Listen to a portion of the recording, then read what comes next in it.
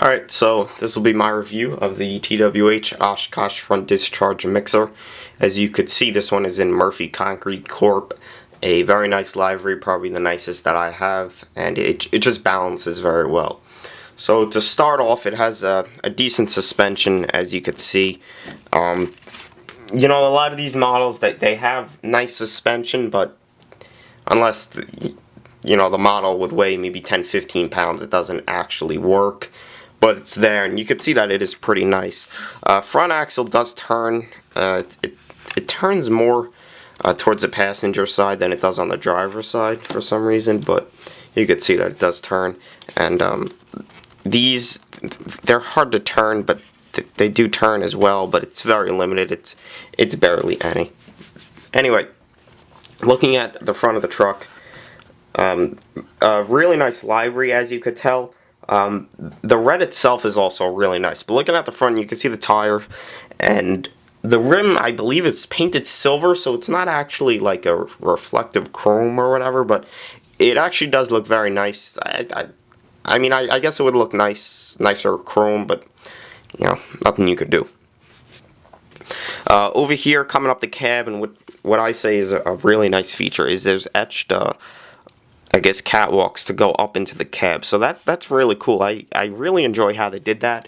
It's not really much, but it does add to it, and you can see there's even a little railing right here to get up into the cab.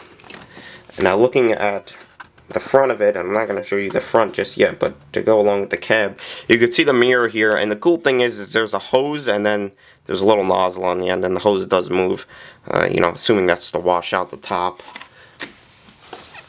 Now, going to the cab, you can see all the decaling around the cab and the ladders and the handrails. A cool thing is that the cab actually does open, and I'm hoping that I'll be able to get it open. There it is. As you can see, it took quite a bit of force because I haven't really opened it much. But the cab does open, and it opens a very nice amount. You can see, even so, you could scale a person going in there. And the seat, I'll try to get this, does have suspension, and if you look in the cab, you can see more of it. It's really nice. And only this side of the door opens, the other side doesn't open.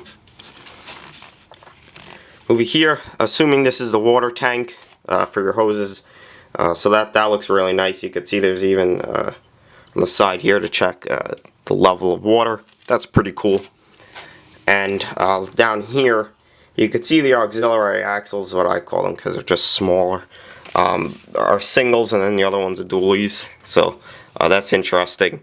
And I believe the axle configuration's like this because the front discharge could hold more in its barrel. So that's cool. Another thing, which I wasn't really going to show, but I'll show it. The fenders have nice detail up top, and they also have the rivet detail where you would actually join them together, so that's pretty cool. And looking at the back here, a great feature about the back is that this opens, and sometimes you have to struggle to get it open, but the best way that I say to get it open is to push on the back of the frame and then just pull up here. But you want to be careful because that part is plastic. Looking at the engine, it has great detail. I'm glad that since they made the engine open, they put as much detail into it, or even more detail than the rest of the truck, because, you know, having an opening engine and then, you know, a plain engine really doesn't do much for the model. So that's really cool. And I'll show the other side, and then I'll show you the back of the grill. And you can see even the fan, which might spin. Doubt it, I don't think it does.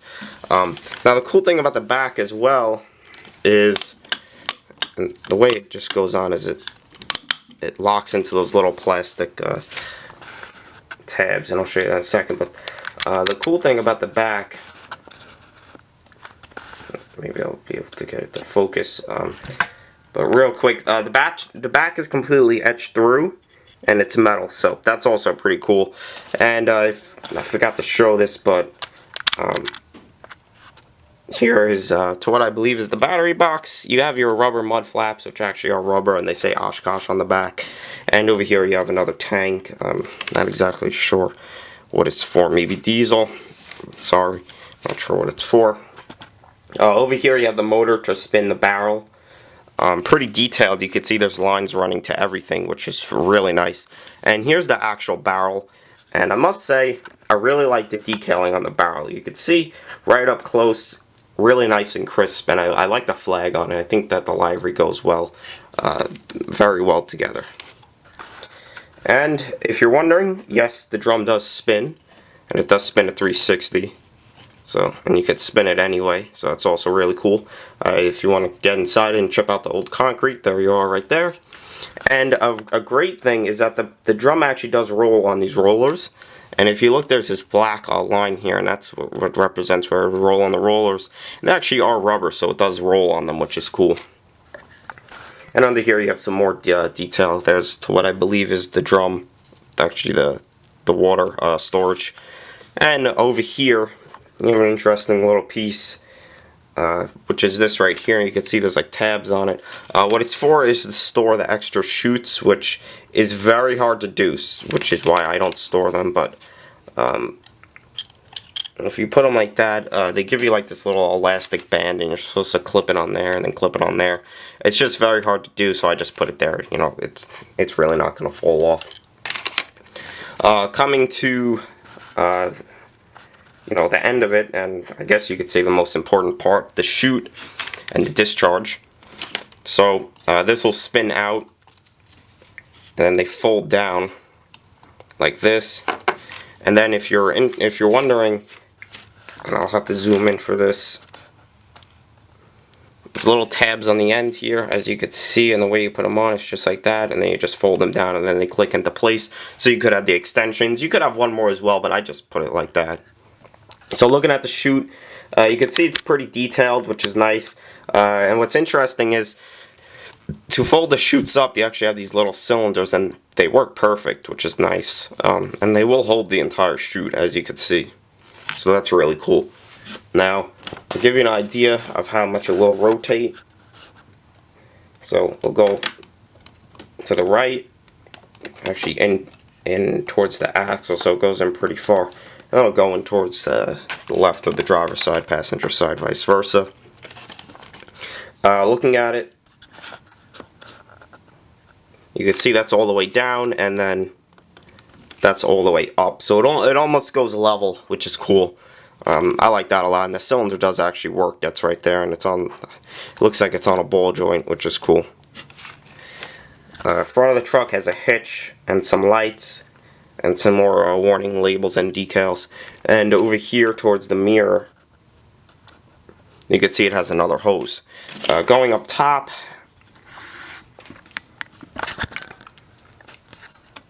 all metal handrails, so you don't have to worry about plastic or anything.